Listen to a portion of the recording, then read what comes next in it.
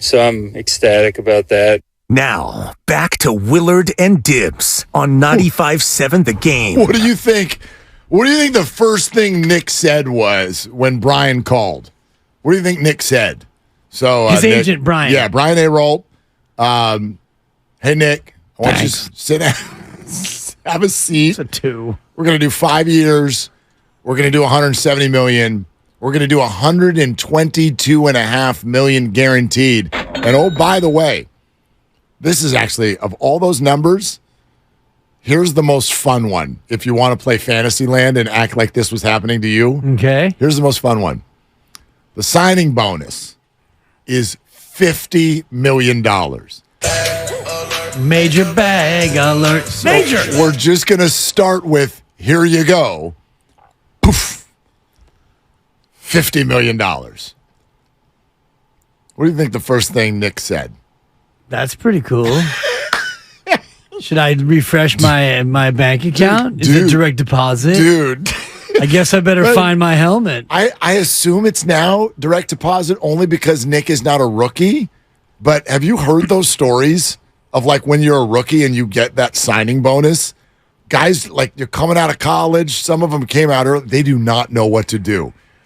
Honestly, you ever get a chance to speak to someone who used to play professional sports, especially football, ask them about that first signing bonus check, like before the direct deposit has been signed up for.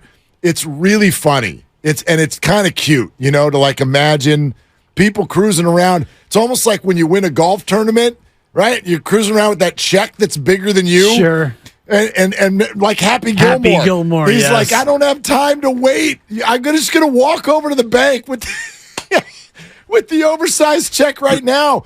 Honestly, even if you were a third-round pick, and it was a number of years ago, and you're going to like, okay, here's $400,000. Yeah. Just on a piece of paper. And you're like holding that in your hand, and you've never had money in your life. Like, what would you do? Go to like a check cashing place. Can I get this in small bills, please? Maybe an advance or something. Seriously. It's kind of fun. It's kind of fun to imagine. And I wonder about the signing bonus part of this, and I'm seeing this on YouTube, which is powered, of course, by our first NorCal Credit Union. Good and job. again, I could have read it off the screen, but I had to turn around. I'm having problems right now. But he is a Florida resident. So Yes, he is. I wonder if the signing bonus, because it's not a game check, and I know the game check is subject to where you play the game. So if you play a game in California, right, you are subject to California taxes no matter where you live. I wonder, and I'm not trying to go all tax guy on you, but if you live in Florida and you get a signing bonus, does that signing bonus then become tax-free? Well, subject to where you live. State tax. Florida has no state tax. I don't think so, but I am not 100% sure. The only reason I don't think so, I think it defaults to where the company you work for is located. And you hear free agents all the time, for instance, take into account, he wants to go play for the Astros because there's no state taxes in Texas or whatever. But that is normal payroll. Correct. A signing bonus is not a normal payroll situation. So, and again, I don't want to get all... Yeah, I don't know. I don't want to get too bogged down in this, but I wonder if he's telling his agent, hey, I'd like a little bit more up front because, I'm in Florida and stuff. I'm guessing. I'm sorry, I was a little Shanahan in my Bosa. There's always a little Shanahan. Hey, it's like Tiger. In all of your impressions, except for Sally Struthers, there's a little Kyle. For just $200 million. Actually, no, I still heard a little Kyle. I heard a little Kyle, but I didn't know that one. For just $34 million guaranteed, I'll come off the edge and try to get Kenny Pickett. I don't know, but if it is subject to California taxes, then I guess what? Nick Bosa just got like $47 out of the $50 million. Totally. So I don't know if that's how funny. it works, but congratulations. Sad but true. Yeah. All right. 888-957-9570. Let's take some calls, and then we got to play for you what Trent Williams said because it's just honest. It's so honest. So much jealousy, I bet. Right. Trent's like, I hate it when other people get paid. Where's my 175, Jed? You know what I've found about I got a thing for offensive linemen. I really do. Yeah. I'm willing to admit that. Go ahead and cut it, Grandy. Yeah, you do. No, they're like, Trent. I think there's I see you in your 3-point stance. Yeah. Not like You that. put your Tibbs. hands on me. Yeah. Go ahead and pause. Sorry, all right. Anyway, point is, I tend to think that offensive linemen are some of the nicest people. They're very smart. They tend to be smart. They're very nice. And I think it's because their whole world is about protecting other people, whether they're a parent and it's their child, whether they're a husband and it's their wife, or they're at work and it's their quarterback. The whole deal is you get no attention. You are here to protect someone else. And it's literally the only thing you're here to do. And there's something about that makes these people cut from a very unique cloth. And a good one, by the way. Yes, smart, humble, Yeah. and willing to do their job. Because especially if you're a guard or a center, because something about being a tackle, like Trent Williams, you're a left tackle, you're one of the best in the business, and I guess he's the third highest paid in football, according to the Ari Merov tweet, which means you're making a boatload of money, but you're not showing up on SportsCenter's top 10. Even if you pancake a guy, it would have to be a pretty spectacular pancake for anyone to even notice what you do. Your job is to not be noticed. Right. That's your job. Smart and humble. Yeah. And the only reason why we talk about the backup tight end last year is because he got Brock Purdy hurt, in theory. Tyler Kroft. One way to say it. Well, you know what I mean? Yes, We wouldn't have talked yes. about Tyler Kroft at all. Right. If it wasn't for that one play. There was that play in Chicago where Trey threw the ball over his head. It would have been a touchdown. Yeah. And that would have been his introduction to Niner fans. But that was a Trey thing more than it was a Kroft thing. Yeah, absolutely. All right. Let's take your calls on this. Again, I would express this as relief. It is not just relief. It is now officially the first day of the 49ers offseason where we can look at this like Friday Night Lights. It's clear eyes, full hearts, can't lose. Like there is no junk in our way. It took a machete to get through this offseason, but we're here. And the Niners have got a healthy quarterback. They have figured out whether everybody liked it or not. They have now figured out with definition what's going on in their quarterback room, and they have figured out their best player on defense, and he is signed, sealed, and delivered. He is yours. Nick Bosa, 5 years, $170 million with $122.5 guaranteed. Let's go to Lucky in the city with Willard and Dibs. Hey, Lucky, what are you doing? Hey, how you doing, Marcus? I'm over here driving down to Elon's place, man, for my last day of work. Get ready for this 2-day vacation. Good for you, man. Leading right up to football Sunday. I like the sound of it. That's right, man. You know, I'm feeling pretty good, man. You know, it feels like a 1990s wrestling match with The Rock and Stone Cold, man. Can you smell it? Can you see the sixth ring in our view? I'm ready to go get this, man. This is about time it happened. They waited too long. I'm glad that Nick Bosa's name is signed on the dotted line. Let's go. Let's go. I'm ready, man. Let's go beat Pittsburgh, and let's go get a 14-2 record, Mark. Let's go get it. Okay, Lucky. If Lucky. they do have a 14-2 record, that means they still got a game left. But I hear what you're saying. 14-2-1. 14 He left the tie out of it. I appreciate that, I Lucky. hope they don't have a tie this year. I can't stand ties in football. Why are we still doing that? Over under 1.5 ties For the in season? the NFL this year. I'll take the over. Yeah, exactly. Especially with the new rules the way they are. Well, and you know what they did is this 10-minute overtime period it's a joke. It's a joke. They should play the full 15, not, okay, if we get the ball and then you get the ball and then I score and then you score. Just play a quarter. That's the point. If you get the ball and you have a normal drive, and it comes away with no points, and you've taken 6 minutes off the clock. Correct. The other coach is immediately confronted with, are we going for the win where we may end up losing, or do we play conservative for a tie? Correct. And that should never, ever come into the minds of a football coach, in my opinion. I'm with you. You know what I mean? I'm with you. I mean, if you want to play 10 minutes, play the full 10 minutes. And if you win the toss and you can use 8 minutes and 12 seconds and kick a field goal, then you benefited from the toss. Now the other team's got $1.48 to do what they can do. Or if you get to the end of the 10 minutes and you haven't figured it out, I don't know, hockey, soccer, like do something else. 7-on-7. I don't know, do a race. There's race. Is Tyreek Hill on one side? Man. Yeah, see, that would be really, right? Who would the Niners throw out there? Who's the fastest Niner? You know, I would rather see like 2 offensive linemen in a 50-yard sprint. That would be a lot more. Or a sumo wrestling match. Sure. Whatever. Something. Something. Yeah. Something to, like, no ties. Like what? What are we doing? I think you're right to play the over on a tie and a half because Yeah. Oh yeah. With the rules being the way they are now. yeah, How many did we have last year? I'll Google it while you go to the phones. Okay. Will in Richmond with Look at Willard me. and Dibs. Hey, Will, what are you doing? Driving down the road, man. How's it going, guys? What's cooking? I've been listening to the show all day, man. I love what you guys do. Keep doing what you're doing. I'm a loyal listener. I listen to you guys literally the whole time I'm at work, from the time I start in the morning to when I get off. So, I appreciate what you guys do, man. So just keep doing what you're doing. Thank you, Will. Now, as far as the Nick as being a Niner, I have a bit of relief, but at the same time, I'm in that mode of show and prove. Like, Nick Bosa is the number 4 power ranked player in the NFL, sack leader last year, average, he had 18 sacks, almost 18 and a half sacks or something last year. So signing him, I knew that was going to happen. We would be like the dumbest team in the NFL. Who will we trade him for? Like, who will we trade him for? You know what I mean? And, but it's like a show and prove moment. It's like live up to the hype.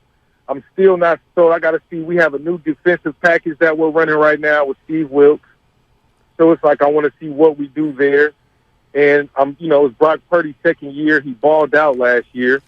But what is we got to live up to that hype this year. Yep. I'm just happy to get all this stuff out the way so we can get back to focus on football. It's not going to be an easy season this year, guys. No, I don't think such a thing exists. Like, Will, thank you so much. Right on, Will. I think this is a very fair thing to say. Show and prove. Well, okay, I read this morning, and this isn't gonna land with a thump because it's all anonymous. But one of the football outlets did a poll of NFL executives and said, "Name the team that's going to surprise you this year in a bad way." Oh boy! And the Niners were one of the top answers on the board. Shut your filthy mouth. And I don't know what that means. In other words, I don't know why. Like, there was no room in this poll for them to explain themselves. Was that because it was asked at a time when Nick Bosa wasn't signed? Was it because those executives don't believe in Brock Purdy? Was it because there's just too much hype? Is it because the schedule is harder this year? I don't know. But I'll say this. Like, as we sit here today, I do think fans need to guard against the idea of, like, this is going to be easy. And Will had him at 14-2. Well, and 1. They may be. They may be. I've got them at 4-0 already because the Cardinals and Rams are in their division. Man. Okay? But I know that things are going to happen that we don't see coming, right? It's a football season. Sure. Things are going to happen that we don't see coming. It's never that easy to just snap your fingers and do it. I feel like it's impossible to imagine them not making the playoffs with this roster. Agreed. But this idea that we have in our head that we're going to come back, start the season, and it starts at the NFC title game as if there's a birthright to that game. Yeah. Well, good guard against that. Absolutely. That's not the way it works. If you were to forecast disappointment for this team, taking injury out of it, what would be the area where you would think about in terms of, because you mentioned that's an NFL question. exec. Thank you. Yeah. Got that. I work here. You mentioned an NFL executive poll saying the Niners are a team that could be the most disappointing. I'm wondering where that comes from, because we can all say injury, and of course that's the easy way in football to derail any season. Yeah. But outside of injury, where would this team be disappointing? I would have to guess the top 2 answers on that board. And I'm not going to say kicker. And the reason I'm not going to say kicker, because if something's wrong there, that's fixable. You just fix it. Sure. Snap your fingers, call Robbie or whatever. Do something. If Moody's missing kicks, you go get a different kicker. And you should be good enough to not be kicker reliant. Agreed. In a number of games. That might bite you in a game or two, but it shouldn't make you 8-9 instead of 14-3. Right, but a game or two can have a huge swing. Yeah. There's a huge swing. You could be 13-4 and the 1 seed, or you could be 11-6 and a wild card. True. So, but I won't say that. I guess there are 2 spots that I think people have questions about. One is the defensive backfield, Now, Nick Bosa being on the team, in theory, makes the defensive backfield a lot more effective. But there are new players there. Isaiah Oliver is going to play a role. Who's opposite Mooney Ward? Is Diamador Lenore ready? Is Ambry Thomas ready? Is Hufanga healthy? The defensive backfield for me is one question. And obviously the other thing people want to see is the quarterback. Yeah. Is that it? Just, okay, Brock Purdy, you're just going to win all your games.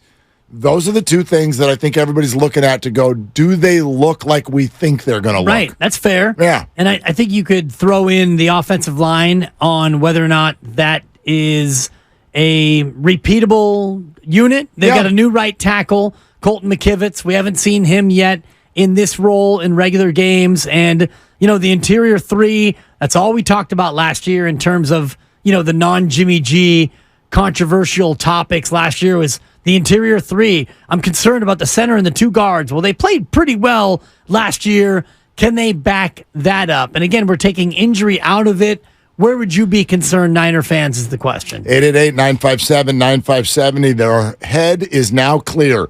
All of the junk from the offseason is out the way. Nick Bosa is signed, and the 49ers are ready to go with just, 4 days.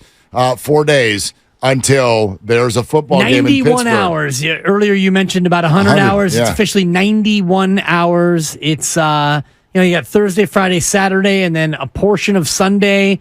We're close, Mark. 91 hours until kick. I can't wait till it's 7 hours. That's right? always in my head. 7 hours. 7 hours of commercial-free football starts now. And that's really the only bummer for me in terms of a 10 a.m. game because I love the 10 a.m. red zone. Red zone, sure. Let's go to the Octobox. And, you've got 8 games going. Brother, 2 TVs. Come on, man. Roll the other one out. Let's go. Yeah. No? 2 TVs. I'm in a situation with a baby. We're trying to limit the baby's screen time. I understand that. So I'm in the office. You're a sports radio host. You got to be able to get a furlough for this. No? Oh, no. I get a certain amount of furloughs. It's just a question of when I want to fire my arrows from my quiver. Now I'd use one on Sunday. And again, let's just do that. I'm going to go red zone TV and then Niner game on the laptop. Do you know what the bummer is about red zoning and Niners at the same time? 2 games at the same time. I know exactly what you're saying. Yeah. The red zone's ahead of the game. Yeah, what are we doing? And so then... this catch by George Kittle. Right. Meanwhile, it's 2nd and 7, and they're giving it to Eli Mitchell. You're like, it's 2nd down and 7 from the 18, and then your other TV's like, touchdown! You're like, wait a minute. I hate that. But that's what we're doing this weekend. There's no way around it. Yeah. What I usually do in these cases is, and this is really weird, but I will record the red zone, and then I'll go back. Because when you watch the red zone, you get a good, healthy dose of every game. Of everything. You don't get every play of every game, but you get like the meaningful plays in just about every game. Yeah. So if it's a 10 a.m. Niners, I'll watch the Niners live, of course, record that for future viewing, and then record the red zone, and then red zone it up later. I can't do 2 screens. I got a baby, Mark. Disappointing answer. I'm trying to be honest. It's disappointing. You and I agreed we'd be authentic. We got to the point where we're like, there's nothing in our way. It's football time. And then here comes my sports radio co-host friend to tell me he can't do 2 screens at the same time. I can do 2 screens, but can't do it. You're not a rookie. Okay. You've been around the block a couple times. You ought to be able to do this by now. Oh, I can do it. I can do it, but at what cost? Much like the Nick Bosa contract. That's fair. I mean, That's is fair. this contract going to cost them Debo? Are my 2 screens going to cost me my Debo, my beloved supper? Speaking of the offensive line that you brought up, take a listen to this from Trent Williams. I thought this was tremendously honest. The Bosa holdout is over, and listen to what Trent says immediately afterward. Yeah, I'll be lying to say it wasn't, because he's such a huge contributor to what we do as a defense and how we play. So it's not like anybody else going down. Defensive player of the year, you miss people like that. I know it's the next man up league, but a lot of that go out the window when you're talking about a player like that. I want to play that for everybody again, with the correct sort of backdrop so you understand where he's coming from. Trent is asked, Was this holding a cloud over the locker room? Yeah, I'll be lying to say it wasn't, because he's such a huge contributor to what we do as a defense and how we play. So it's not like anybody else going down. Defensive player of the year, you miss people like that. I know it's the next man up league, but a lot of that go out the window when you're talking about a player like that. I love it. Be vulnerable for a second. Yeah. Pro sports always. I don't listen to anything. I don't read anything. I know there's no problem. We're next man up. We're fine. Everything's cool. No, it's not. This would not have been okay. Right. It wouldn't have been okay. No, but he has the gravitas, as I borrow from Lo Neal, our pregame Niner host, in terms of gravitas. Trent Williams can say whatever he wants. He's a Hall of Famer, probably first ballot. He's one of the best offensive linemen in the game, one of the best of all time. He can keep it real, as I like to say. But if this was somebody else, I don't know if they could be so frank and honest. He has that level of gravitas. I agree. And it's when they get late in a career that they get honest. Every retired player will tell you they listen and watch everything in the media about them. But when they're playing, oh no, I've never seen it. I've never even heard of that show. Except for Bryce Harper, of course.